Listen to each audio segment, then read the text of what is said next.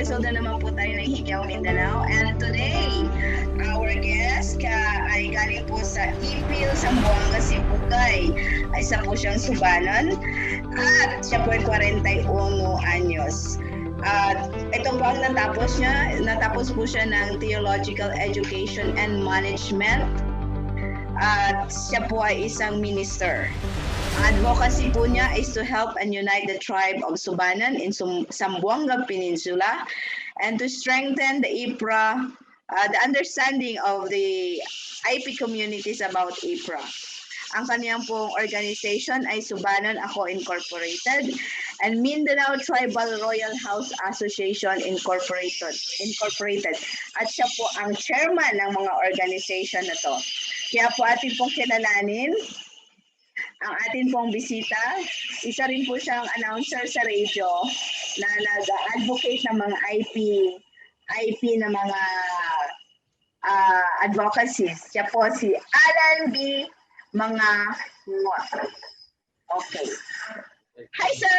Mayroong takna sa imo ha. Magandang gabi po sa inyong lahat. Yes. Gabi po sa iyo, Ma'am Bai, and to all who are following you right now, who are listening to you right now. Magandang gabi po. Itong mga activities na ginagawa natin for the tribe to boost the moral of the person. Makikita na lang the riches of the culture, of the history of the tribe before. Sana hindi lang tayo maging part of the history, but it will be into existence. Kasi sa tinood lang, nahimo na lang na siya o para bang occasional. Meaning to say, occasional pag kailangan, yan, gagamitin natin. Pero pag hindi kailangan, so, in other words, the Subanon dance, supposed to be yung mga cultural dance, from time to time yan, every party, meron talaga siya. So, hindi lang na-join sa araw, doon lang magdadaan sa mga gabangan. In every occasion of the tribal, at saka yung baklog, the highest celebration of the Subanon, baklog. Yung mga sinasabi natin, mga other mga activities, dapat yan, binibigyan talaga yan ng attention because we have a monthly, meron tayong harvest festival, meron tayong iba't ibang mga festival yan sa mga bawat tribo. So yan ay karon sa mga young generation wala na. But I think the National Commission on Cultural Arts kasi talagang ginugugol nila yung budget nila para doon. So I hope this time we can help one another doing that kasi sa palagay ko naman maroon pa rin tayo nawala. Bringing the hidden treasure of the At saka sabi ko, meron pa akong mission eh. Meron kaming mga exploration part na gagawin sana. Marami akong ini-interview na inililibing nila yung mga artifacts nila like mga keyboard or whatever nila. And then, kung makahimo sa museum mo di pang donate na lang natin sa dito kung ilahang mga antique collection from the ground and unrecovered property. Kasi sa lolo ko mayroon 300 mga jars under the ground na hindi pa yan hinuhukan. Wow. Yan is iba daw yung galing pa kang bigay pa daw yung galing pa kang Christopher Columbus. Wow. Yan ko nalalaman, yan si Christopher Columbus pala na nakaabot ra di isa sa Pilipinas. DI. Naabot ra di siya dire sa ato. Abi na ko wala siya kaabot, but during the history sa akong lulog ingon niya, nga si Christopher Columbus naabot pa sa Mindanao. Before na-discover niya ang Amerika. Una pa siya naabot. Pag-abot daw niya diri sa Mindanao, naanay mga tao, mga dumas, daan. 1,000 years ago. Naanay mga lumad. Where in fact, ang iyahang tipo di Christopher Columbus, naa sa Cebu Gilubong. Na ako'y mapaana, pero wala pa na ito nabisitaan because part of the historical kasi yung mga tokens from Christopher Columbus. Wow. Yun ang, Nakaka-amaze po yung sinabi nyo ngayon. For sure, the NCCA will be very happy to know more about that. hindi ko nga alam. Akala ko kasi, sabi ko sa lolo ko, how come na nangyari na si Christopher Columbus na dumating dito? Sabi niyo, before siya before siya nakaabot sa Amerika, ituyok na niyang tibuok ano. And then he found out Mindanao, dining atong anay tao, that's why wala na niya ni Tandog. Nag-ano lang siya dito. Parang constant visiting lang sa atin. Oh. Ang Amerika wakay tao, kita na anay tao. Is that so? Wow, that's amazing. Oh, that's a good, napakaganda, napakagandang research. Not proven pa kasi ito ko pa nakita yan, but I'm researching on that actually kasi binigyan kasi ako ng clue na ito para si Christopher Columbus ay dumadayo sa mga subanan tribe. Hindi man tayo subanan kasi dati. It's an early 17th century lang tayo na pinangangalan ng subanan. But before, including the entire Mindanao kasi, iisa lang yung tribo nila dati. But we belong, of course, we are being influenced by them. Kasi tinignan ko yung history ng Zamboanga City. The Subanan arrived in Mindanao 500 years before the birth of the Lord Jesus Christ. Come again, before the birth of the Lord Jesus Christ. Oh, may Subanan na before. Yes. 500 years before the birth of the Lord Jesus Christ, nandito na ang Subanan sa Mindanao. Andito na sila. And then, ang sabi ng mga kaninonoan during sa verbal history nila, tulay ra ang ilang. Nagtulay lang sila. Oh, wow. That's amazing. Kasi, research, akong kitanaw sa research na mo kasi, ang Subanan kasi, diri sa Mindanao, wako kabalo, connect man ako ang the history. I found out the Temple of Solomon pala, na binibin up, is galing pala sa Philippines, sa Mindanao. Yung mga gold. Yung mga gold. Gold na kinuha ni King Solomon is galing dito sa Yeah. I've heard of it also. And is it true in your history in Zamboanga? I don't have a proof yet, but sabi ng mga ancestors natin, totoo talaga na ang Pilipinas noon ay binansagan ng nation of gold. Kasi ang mga Bulawan, makita rin abisag-asa sa mga kuan, sa mga abisag-asa ra doon na makita nimo sa mga tubig. Where in fact, ang mga ninuno na hipo nila puro Bulawan na. Ang ilahang ipon. Saan kayo nagbulawan sila kanito? Ipanlubong ra daw. After daw pag-abot sa mga Spanish, isugo daw sa mga datos ni panlubong tanan nilang Bulawan. Ah, so that's it. O pangilubong daw na sa mga Spanish kanito nilang mga gold. That's why ilaha daw ng mandated sila nga ilubong nila ang gold. Pero katong mga uban ng mga gold nila, ipanghimo nilang mga artifacts sa table katong ilahang mga kung saan nilang mga gold, tanan nilang mga artifacts, cross mga gold, at tanan nga naa sa underground. Muna ilahang gisulti. That's why it's sad to hear that we are now becoming stranger and tenants in Makakobla. Na tayo na ang totoo may-ari dito. Totoo yan. Kasi kung, yeah, I agree, sir, because kahit dun sa mga kasaysayan na narinig ko rin sa mga babaylan natin, mga baylan, oo nga, nung malakas pa ang mga katutubo sa pagsunod sa batas ng kalikasan, talagang true yung sinabi mo na makita lang dyan.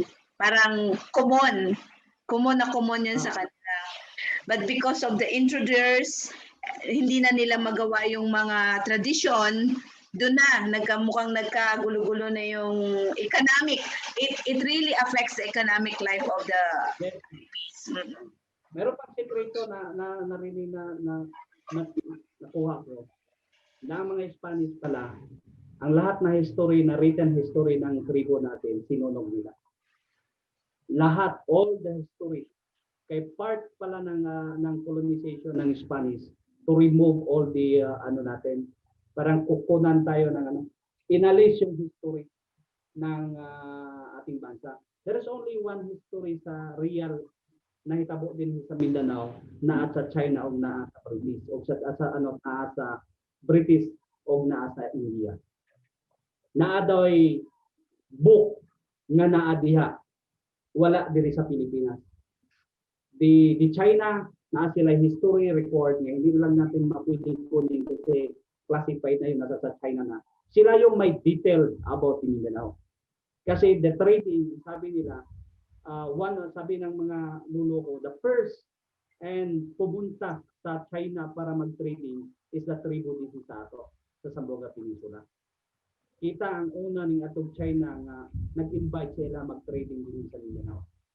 Oh. Kasi kita, barter sa ila high school, precious stones.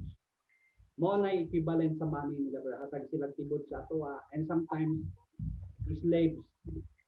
I agree with that, Tibod. I agree with that, Tibod, sir, because may napuntahan akong isang napakalayong lugar. Alam mo, ang nandun, Tibod na galing sa China. Sabi ko, ba't nagkaroon ng Tibod dito ng China? May malaking-malaki pa talaga.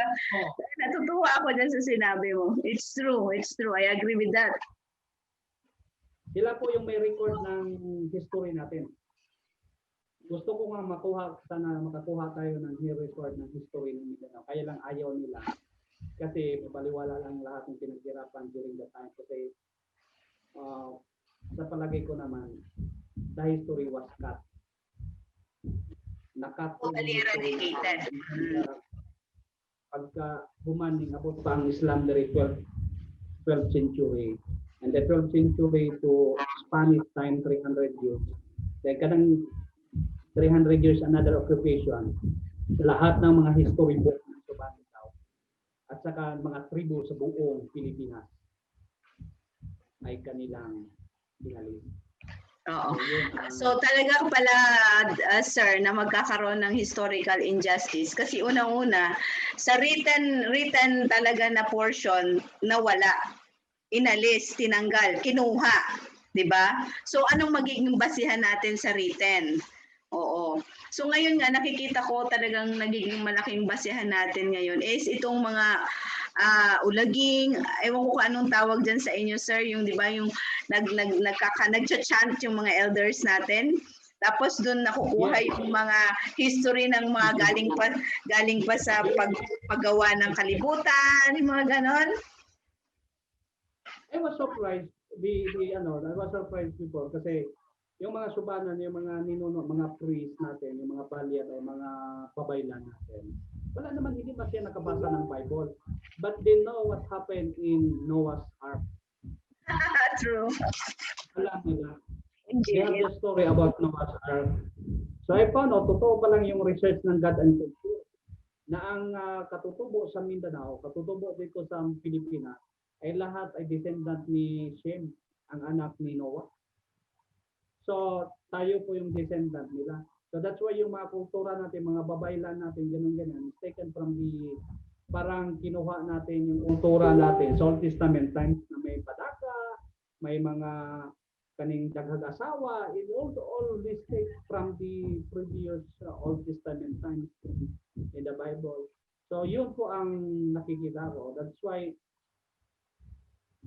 itong dito sa Norte, sa Zamboanga del Norte, yung nakita nila na galing pa sa the oldest yung pinaka-old na artifact, Ice Age pa daw yun panahon pa ng Ice Age pa daw yung panahon na yun. Na-establish nila dito sa Norte. That base sa nag-research, it is way back 1,000 years ago na ang Pilipinas may tao na. So that's why I disagree with the history ng Spain. Sinasabi nila na Magellan discovered the Philippines. Hindi po talaga hindi po siya si ano. Pero in fact, before si Magellan dumating sa sa Pilipinas, nauna na si Christopher Columbus.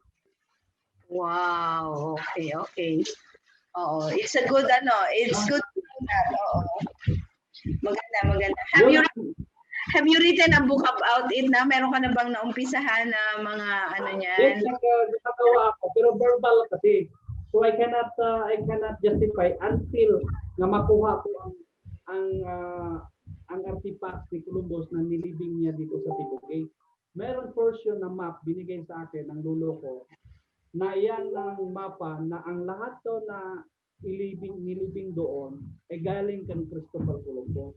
So pag mahukay natin yon, and then to prove that this is before pa dumating si Magellan, ito talaga kang Christopher Columbus talaga ito. And that prove that Christopher Columbus talaga ay pumupunta na dito sa atin. Kasi Christopher Columbus ay great adventurer eh. Explorer kasi yan. Explorer yun si Christopher Columbus.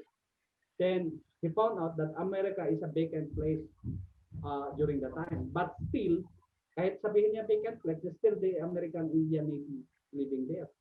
So, ito sa atin dito rin sa Mindanao, ano na ito? Very ano na daw ito. Sabi nila, yung mga raha natin dito before, yung mga ano natin, parang center of trading daw kuno ang tibuok sa Tibuok Asia ang dinhi sa sa Surigao, sa na Surigao di kaya murag diha dapita ang pinaka-center trading sa tuang Surigao, yes. Yes, I also heard many historical facts about Surigao. Only that, ang nakikita ko kasi ngayon dato, per tribe may kanya-kanyang history. So hindi nagkakadugtong-dugtong yung mga history na yan. Parang wala pang coordination ba? Ano ba nangyari sa'yo sa panahon na ganyan? Yan ang tinitingnan ko kasi ang sabi ng mga historian, we came only from 4 brothers. Okay. In Mindanao. So meaning all the tribe in Mindanao, they have the same root. And then hindi natin magpakaila. 1,000 years ago, it will change the proper culture and practices natin. Ang dami kasing pumupunta na dito sa Mindanao. Different Mongolian, mga Mongols, including the Indian, including the British, ang dami Chinese, culture natin na merge up.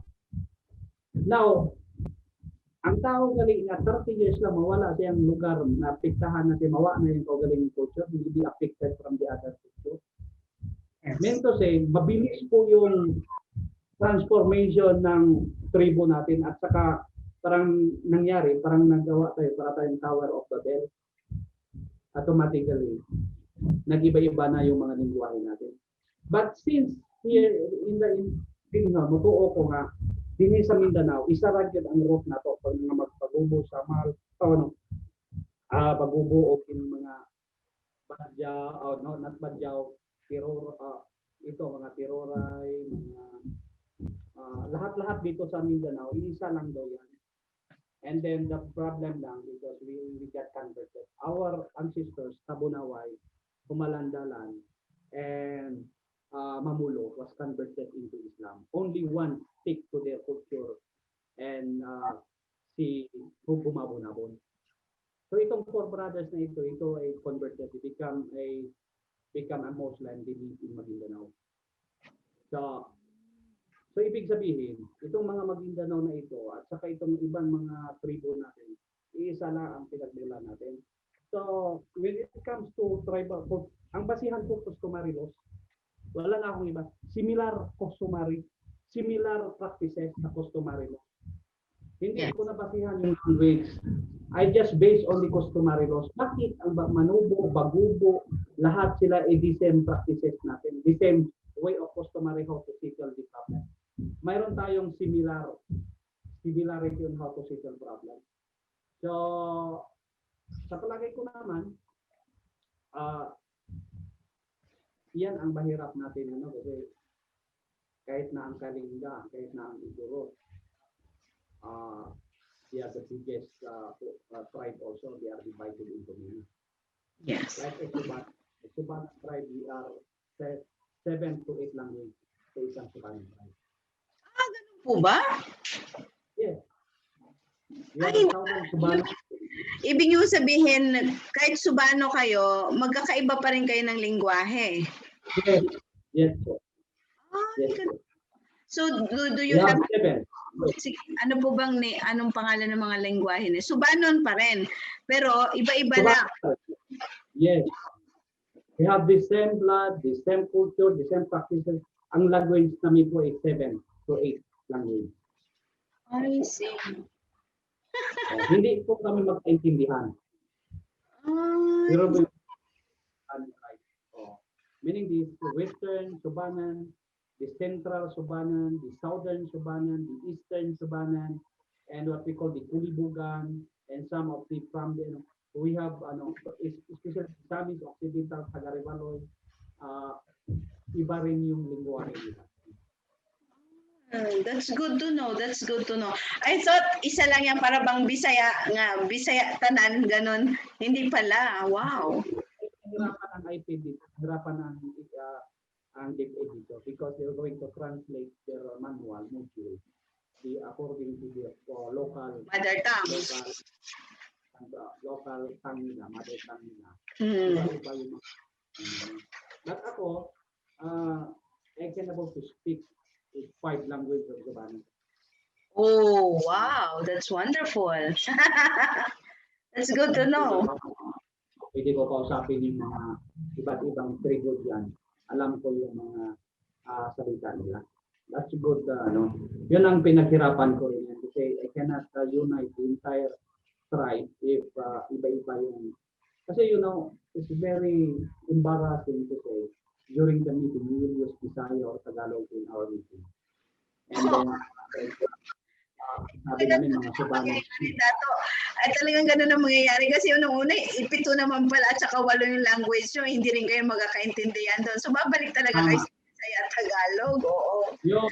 That's why may proposal to the, proposal is that we have to make or synchronize isa talaga yung language na pwede natin isa ba, magpuon tag isa ka langwahe sa Subanan nga not to forget your language pero para bang kumbaga ba pinaka-national natin. Just like what happened. Parang ganun pa rin. Parang nasa sa Tagalog pa, pinaka-Tagalog na to. Sa Subanan po, Subanan language, pero mo ni ang ato ang national language. Yun sana ang project ko gagawin ko. This is what I plan to do na to consult the Council of Elders in Zamboanga Peninsula and then we will come up into one language na ibigay namin sa mga future generation para magkaroon sila ng synchronized Subanan language na isa lang. Yeah, I can feel you because dito da banda sa may Davao de Oro, may isa akong professor na nakilala na gumawa na siya ng dictionary. Meron na talaga siyang libro, dinidistribute na niya yan. May nagpo-fund sa kanya na mag-publish siya ng ganong mga libro niya, dictionary. Which for me, kung ganyan ang gusto mo po, siguro kailangan na talagang gumawa ng dictionary na common. Yes. Yun ang sabi ko, dapat we have to make sure na meron tayong common dictionary na common language. Gagawa na tayo ng online tutorial, gawa na tayo ng YouTube vlog para sa mga language study, para face the future. Ito sana, in order to preserve the culture and the Subanan tribe, you have to focus on the language study. Kasi basically, yun talaga ang pinaka-importante natin. Yes. Ikandari na lang yung cultural practices natin. Ay pag mawala yung language mo, para ba half of your life, nawala na ang mong value. That's why sabi ko, being a Subanan, if I will say I am blood Subanan ko, blood ko Subanan. And then I don't know how to speak Subanan. Then half of my value, wala. Yeah. Yun ang kulang ang yun buhay. ang kulang buhay mo dyan. Alright, so do not, sabi ko, proud nga tayo, mga subanan tayo, but the problem, you do not know how to speak your own language. So, paano mo sabihin proud ka?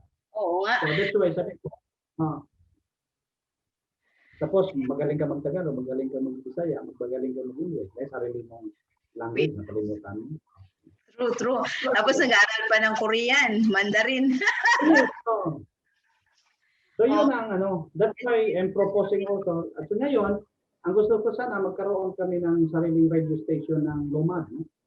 Kasi nawala, naigihatag sa amo, pero di pasagdahan sa atong gobyerno, sa among New York. Do not want na magaling ganyan. So ngayon, nawala ang frequency na mo, nawala tanan na mga gamit, o wala na ko'y mahimo. It was awarded by the, ano ba yun? Kalimutan ko yung binigay yung the NPC, parang binigyan tayo ng free to air basta for the indigenous people. Problem lang, mayor naman, parang anti-air. Instead na gagamit namin yun, ay hindi namin kinuha niya, binagay niya sa NGO, sila yung nagmamanage, pagkatapos sinira, wala na kami. Kasi nagawin para sa radio namin. So ngayon, I'm planning to revive that kind of thing. Kaya lang, don't know paano namin na-process. Kasi yan ang tinitingnan ko ngayon. Partly, yan ang It will be a very good project po. Maganda siya talaga. Well, isa sa naintindihan kong parang na-catch mo yung attention ko, yung sinabi mo, isa sa nagawa ng Spanish na colonization is yung talagang mawala nila matangtang nila sa ato ang history. It's really heartbreaking na malaki pala ang kanilang yung kanilang portion, kanilang part sa pagkawala ng malaking identity natin. Kaya yung historic justice na yan patuloy hanggang ngayon. Baybayin. Actually, ang baybayin na ng written natin. One of the historian nagsabi sa akin, gusto talaga yan sunugin talaga yan ng Spanish. Ayaw nila na kasi pagdating nila dito sa Pilipinas daw, may sarili na tayong educational form, mayroon na tayong sariling yung baybayin na yan. And they found out na ito'y baybayin na ito, the script, it was also nandyan sa Jerusalem, nasa Israel, yung script na baybayin. Oh, wonderful. Really? Oh. Na-preserve po yun, similar to the written of the baybayin sa kasi the original language of the people during that time, tinitingnan nila, ang pinaka-original language of the world before unang year, tinitingnan the people is baybayin. And partly, ito pa lang si Spanish, si Magellan, part of their na-invade kasi nila ang Israel, ang Spain. Wow. Na-invade nila lahat na dokumento sa temple at saka sa Israel nakuha, and they found out the script na to find the gold. Kasi nandoon sa script, the find it all is nandoon po yan sa Ophir. There is no other Ophir before, is only in the Philippines. Yeah. Kung titingnan mo when it comes to gold and etc. Naho kaming baybayin na later natin nandoon sa Therefore, you can say that we have close connection with Israel talaga. Yes, kasi titingnan ko, dito sa Bohol pa yan, sa Visayas, mayroong Solomon descendants yan. Mga minor sila ni Solomon, King Solomon. Sila yung nag-dig out ng gold ni Solomon dyan. Solomon's minor sila. That's why the scientists ngayon, the mga bagong henerasyon ngayon, they are searching about the Philippine history. Problema nila, hindi na nila makukuha kasi lahat po ay talagang inalis na ng Spanish ang kasi pag makita nila kasi they will be degraded kasi nauna pa ang mga Pilipinas kaysa sa Spain in the history. They are very degrading sa Spain. I believe. Tayo, nandito na tayo. maning nauna na tayo ng civilization dito sa mundo sa Pilipinas. So yun ang problema nila. So ang ginawa nila para to paano is talagang alisin sa atin yung mga history at saka the riches of the history Pinoy. Kasi yung one of the British, one of the book na nakuha ko kaya lang hindi pag-search ko ulit kasi i-block na ako nila. I-block na ko sa ilang website. Nasabi one of the ng British sabi nila in the Philippines daw nakita nila one of the slave of the dato nga puno og bulawan ang iyang lawas. Because ingon sila dili na sila nakakita sa Mindanao nga slave ra siya ulipon ra siya sa usa ka dato. Pero ayang lawas daw ihatuan puro daw ni mga bulawan daw ko iyang gamit. Nangutana gid daw siya curiosity. Dato, hoy, anong puno magbulawan ang imong kantik?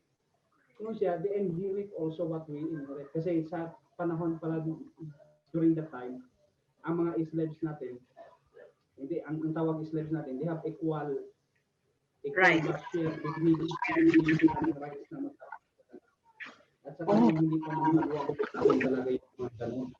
Hindi natin alam yung mga pictures doon. May ni-research ako, the lost written document ni Pagapita. But until now, hindi ko yan nakikita. Kasi yung mga ini-expose ngayon sa YouTube, yung ini-expose nila, nandyan na yan. Pero mayroon daw letter niya na nagsasabi talaga tungkol o ano ang Pilipinas before the arrival of Magellan. Wonderful, wonderful. Oo nga kasi kahit nga yung history ni King Loisong, yung kay Marikudo, King Marikudo, yan hanggang ngayon ang daming version na hindi mo na malaman kung sino talaga ang original, no? So because nga there are no written talaga. There are some myth history in Mindanao na talagang ginagawa lang yun. But there are some valid when it comes to facts and what we call that, kinailangan natin i-prove. No? Kailangan pa natin i-prove yan. Pero sa akin, parang naniniwala ako na ang Pilipinas pala is nauna na kaysa sa Spain. That's why nagtaka ko na ang rumbo ng Spain is ang Pilipinas in the 15th century after invading the Israel, Jerusalem. Bakit nirumbo nila ang Pilipinas kaagad? Because there's a written document, nasa Spain daw yan, na written document that the gold, lahat na gold, the land of gold is the Philippines during the time. Yes, the land. Oh, yes, the land. Ano daw, ano sa history linagay nila doon, spicy island. Yun ang tawag nila doon. Pero ano lang yun, gawa-gawa lang nila yung spicy island na yun. Pero gold talaga ang pakay nila. Code name lang nila yun. Yes, totoo yan. Pwede naman nila ipabreak yung history nila. Password lang nila yun. Totoo yan. Oo. Totoo yan. Ano? Even Yeah. ang nakaalam daw sa history natin, Japan. Oh, that's wonderful. Because Japan is the oldest pirate sa tibuok kalibutan. Ang tanan daw nilang napirata nga gold gikan sa Pilipinas. Oh. That's why na-confirm na ko during the Second World War, tanan nilang gihimo niadto nila sa Pilipinas. Diri ang ilang withdrawal period and diri sila nagpundo, diri nila gilubong assuming that they can claim the entire Philippines. Pero pala hindi. Understood. Kaya Yes. lang, sabihin ko, God's will siguro yon, sinuli lang talaga sa Pilipinas ang lahat na ninakaw sa Pilipinas. Yes. Oh, akala nila, nakuha na nila, doon sila nagkamali. Ano? Kaya, Sinuli yan eh. marunong talagang Diyos. Sabi pa, may narinig pa, the owner is the buyer.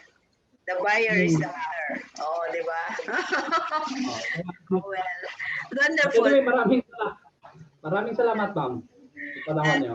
This is really a very good conversation, and I really wish that the Subanon people will really regain, no, kung ang ano man yung mga dapat yung i-regain historically, economically, you know. Kasi sa economic side talaga tayo ngayon medyo dihado.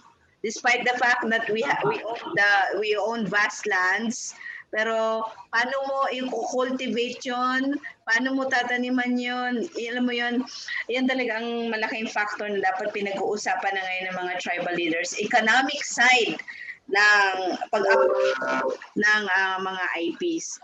Kasi unang-una, bakit mo ipaparentahan ang malaking vast land mo kung meron ka naman supposed to being pangtanim? Ang gobyerno, meron naman pwedeng i-subsidize sa mga IP. Bakit kailangan parentahan mo pa yan? Di ba? Bakit hindi na lang yung gobyerno at yung IP ang mag-partner? Bakit kailangan pang merong middleman like a big multinational company na magmi-mediate para lang magkaroon ng bayad ang mga IP?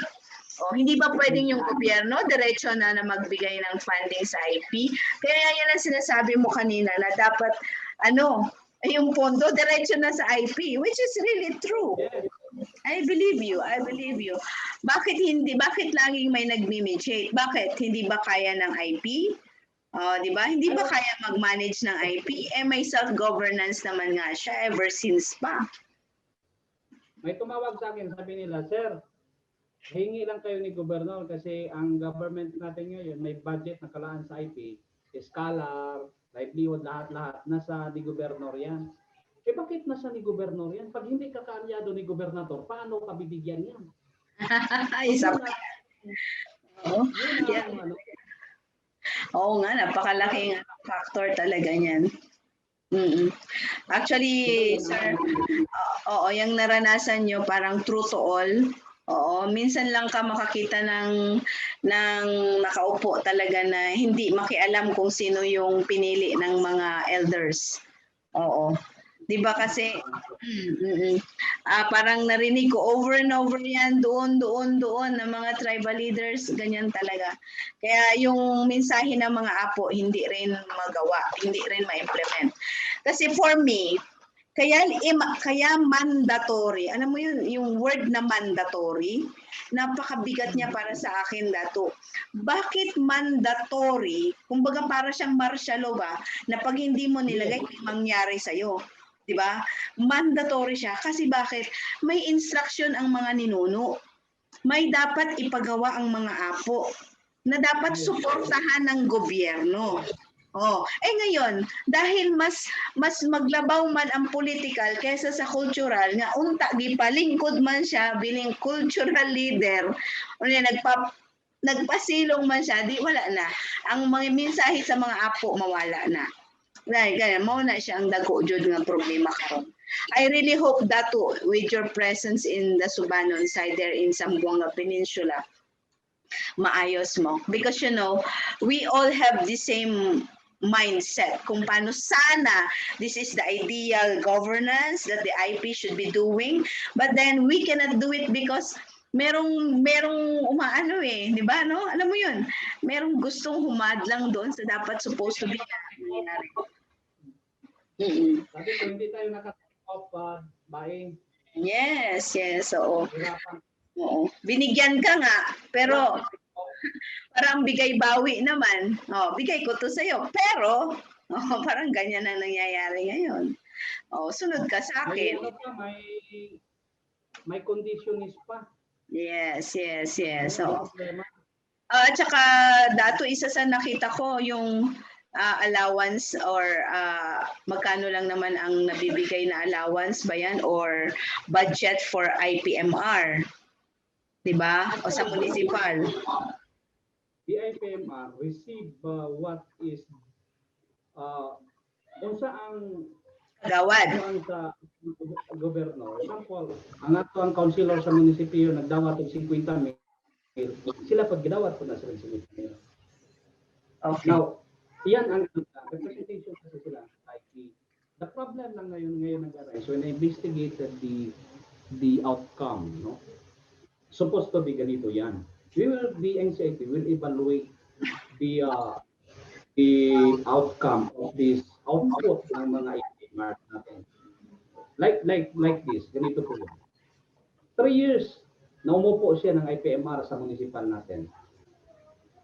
Ano bang mga ordinansa, resolution na napasa niya for the IP development, for the protection of the IP and some of all? Tinignan ko, I give some of tinitingnan ko, wala talaga. Walang IPMR ang gumagawang gano'n. Usually, ang IPMR, ang ginawa nila, second demotion nun, ang gano'n. Kung anong sabihin ni Mayor sa kanila gawin yun, nandun sila. So, this is the problem now. So, that's why, sabi ko nga, my recommendation is that the NCIP, part of the selection process, you have to write down the qualification of a certain representation, not necessarily she is a Timuay or a royal blood, as long that she can represent the tribe itself, na lawyer ba siya, abogado, whatever accomplishment niya, na pwede talaga siya maribattle, he can justify the finances, yung mga sabihin nila mag-propose ng budget para sa IP. Hindi lang yung oo na lang sa gusto ni Mayor doon, hindi naman gusto ng ating mga katribo. Natapos na lang yung term nila, tinanong ko, Sir, sa 3 years na naging IPMR ka sa municipal, sa province, ano ba po yung nagawa mong ordinance para o resolution man lang na benefited yung tribo natin when it comes to ancestral domain, when it comes to human rights, when it comes to women protection and welfare, when it comes to the children protection and rights. Saan ba tayo? Ano po bang tinitingnan? So the answer is that, wala po, sir, kasi alam mo na hindi po ako makamove on without the approval ito. Tapos si Mayor pa rin, dami po nila. Know-how po talaga sila. Kahit gumawa ng resolution, kahit gumawa ng ordinance or resolution, hindi nila alam. So how come you represent? Iba kasi ang representation, yung mandatory representation. Hindi po yun pareha sa cultural way natin, na even you don't have any background, as long that you are expert in our customary laws, you are qualified. Correct. But in the political arena, hindi pwede yun. In a political system na IPS ang tawag, yung mga indigenous political system, structure, dapat matatalino at saka may pinag-aralan yung ilagay natin. At saka hindi yung appointed or sa mayor. Hindi po yung gano'n yung dapat. So dapat papakanan. And then part sa IPMR kasi, tiningnan ko yung selection process na balao guidelines nila.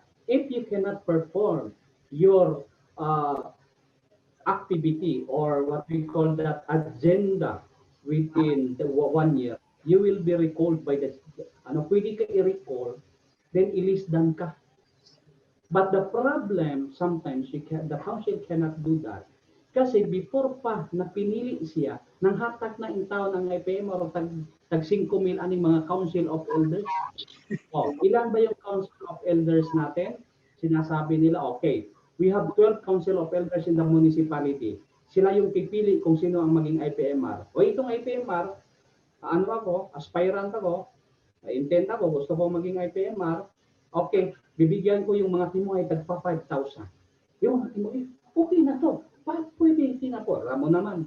So ang nangyari tuloy, hindi sila makapetition dahil mayroon pong binagay nila. So this is now the real happening. Talagang pinasok tayo ng politiko. Okay. And then the council of elder itself in the barangay is not united. Alam mo ba yun? Na ang council of elders hindi sila united. Nagbangay-bangayan ang mga council of elders, even the province. Meron po akong nasaksihan na namin. And then I've been investigating in droughts in the peninsula. I tell you the truth. The IP elders are not really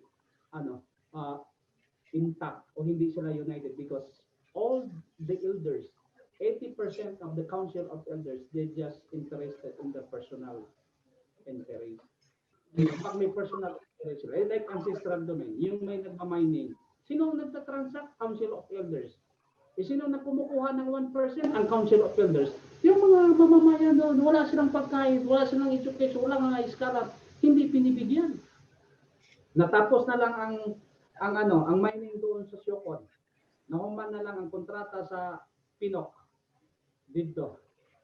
Nabungkag na lang ang ilang buntod. Ang balay sa mga Subano dito maura gihapon, guba gihapon. Ang ilahago hangga pikos gihapon ang ilahang panginabuhi. This is injustice. Yes. O saan nag-monitor? May monitoring ba ginawa ang gobyerno natin? Na well implement ba ang tinatawag natin na ICCIP? Sa ICCIP, yung pre-consent before doing that? Hindi on the table. Ginawa-gawa lang nila yung pre-consent. Tapos pag pipirma, bibigyan lang sila doon. Alam mo ang ginawa dito? Nagpa-snack sila. Ang daming tao doon sa barangay. Nandoon sila. Tapos pagkatapos doon, may sinasabi, nagpataas ng kamot ang mga Subanan. Ang sinabi lang, sinong gustong ganyan, pataas sila. Pinipicturean, sabi nila, ito, nag-agree na sila na okay na daw yung nila, ancestral domain na nila, pwede na daw. So nakita ng mga investor, mga Subanan, tapos pinirmahan, forgery pa. May mga forge pa doon. Kasi ang mga timo sa bukid, di man kabalo mo pirma, tamla-tamla. So sila na yung gumagawa doon. Binagay lang na doon. Sino ang naging, meron pa kong in-investigate na isang ancestral domain chieftain, Biningdulay. Every ancestral domain, meron po yung chieftain na yan. Head, ancestral domain head. May tatlong Hilux na. Papunta Cebu ganun. Tapos yung mga tao niya doon sa iyang community, katong apektado ni yung gitawag natong mining, walang makain. Okay. I it is not hard to believe that kasi mismo ikaw nakikita mo dyan. Mga igsuon, kini atong kokabildo karon no, is to, ipinapakita lang nito dito ni Sir Alan na it's very important really to select our leaders. Our IP leaders na mag-upo talaga sa hawanan, even it is ang barangay IPMR, municipal IPMR, council of elders at saka provincial IPMR, because doon nakasalalay kung paano natin aayusin, paano natin i-implement itong sinasabi natin kultura at tradisyon. Kasi paano ka nga naman yung kultura kung yung lugar mo minina na, no? Madidislocate ka na. So kung nakasanayan mo yung lugar na yan at dyan talaga nakatira ang mga ninuno mo. So talaga pong ang kultura at tradisyon ng ating bansa ay nakasalalay sa mga leader na inuupo natin sa ating gobyerno. Kaya po sana maintindihan tayo bakit ganito kasi no, ang aming ang kanyang mga revelasyon. Ito ay revelasyon diyan sa Zamboanga Peninsula kasi knowing that Sir Alan is a media man, he is talaga, alam ko maraming eyes and ears to si Sir Alan. Kaya talagang he can investigate, he has many documents or kanang mga knowledge on the ground because he is a media man. And I'm really happy and thankful about that, Sir Alan, because you gave us more information regarding your place. What mga royal blood ang nasa Suban, so nasa Zamboanga. Only that, nawawala yung kanilang pagiging royal blood because also of the leaders na nakaupo ngayon. Kasi nga naman madi-displace, ma-misplace yung mga tao. Once nagdesisyon ang mga council of elders na yan, sige, pwede yan minahin, yan, sige, pwede yan ganito, ganyan, na walang proper consent yung mga totoong may-ari ng lugar, magkakaroon talaga ng problema. Kaya hindi ko naman po talaga masisi yung revelasyon na yan ni Sir Alan kasi dayag yan dayag yan nakita yan, narinig yan, nakikita yan. Kaya I really hope, no, Sir Alan, na through your revelation now, even the NCCA, the National Commission for Culture and the Arts, would ma-appreciate niya, no, ma-appreciate ng komisyon na may kinalaman ang pagpili ng leader sa magiging implementasyon ng kultura at tradisyon. Okay? So, ladies and gentlemen, maghingi na tayo ng parting words kay Sir Alan. Sir Alan, kung ano po ang mga advice mo sa mga Kosobanan mo and to the whole tribes of the Philippines as well. At ano po yung gusto nyong iparating sa kanila para po yung hindi lang United Subanan kundi united talaga na tribal people of the Philippines po. Go ahead, Sir Alan. Maraming salamat, Ai, no? Yung pag-unlock sa akin, no? Binigyan na po ako ng time na panayam ngayong gabi. And ako, isa lang ang masasabi ko sa atin na specifically for the tribe. One thing and foremost is the tribe needs a committed leaders to serve his constituents, especially for those around us. And the future and the hope of our tribe is depending elder generation, the older generation, on how they think and how they give their best to serve their own people without hesitation and without personal interest. We are facing a new millennial period of time. It is time for us to do something that make our tribe proud of us, a legacy, that this will be a catalyst for the real transformation inside the tribal entire Philippines. And for the 110 tribes of the Philippines, I hope we will be united as one. As we do our research and job, let our voice be heard. And sana alisin natin yung gap, no? Yung mga gap natin sa bawat isa. And we will concentrate on how to survive. We are fighting for ourselves. Our ancestors defend our land, our territory. They shed their blood a long time ago just to defend this land. And this land now is not ours today. There are many intruders, foreigners who want to take this from us. And what we are doing right now is just a part, no?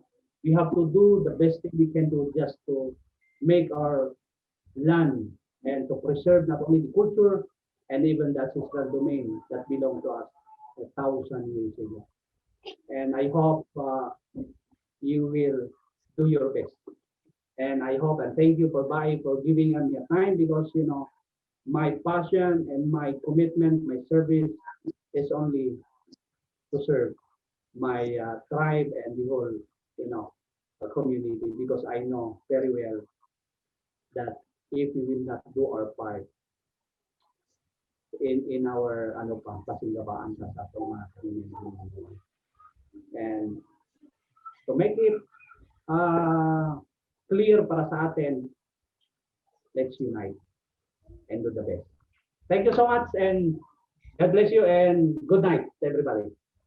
Okay, thank you so much.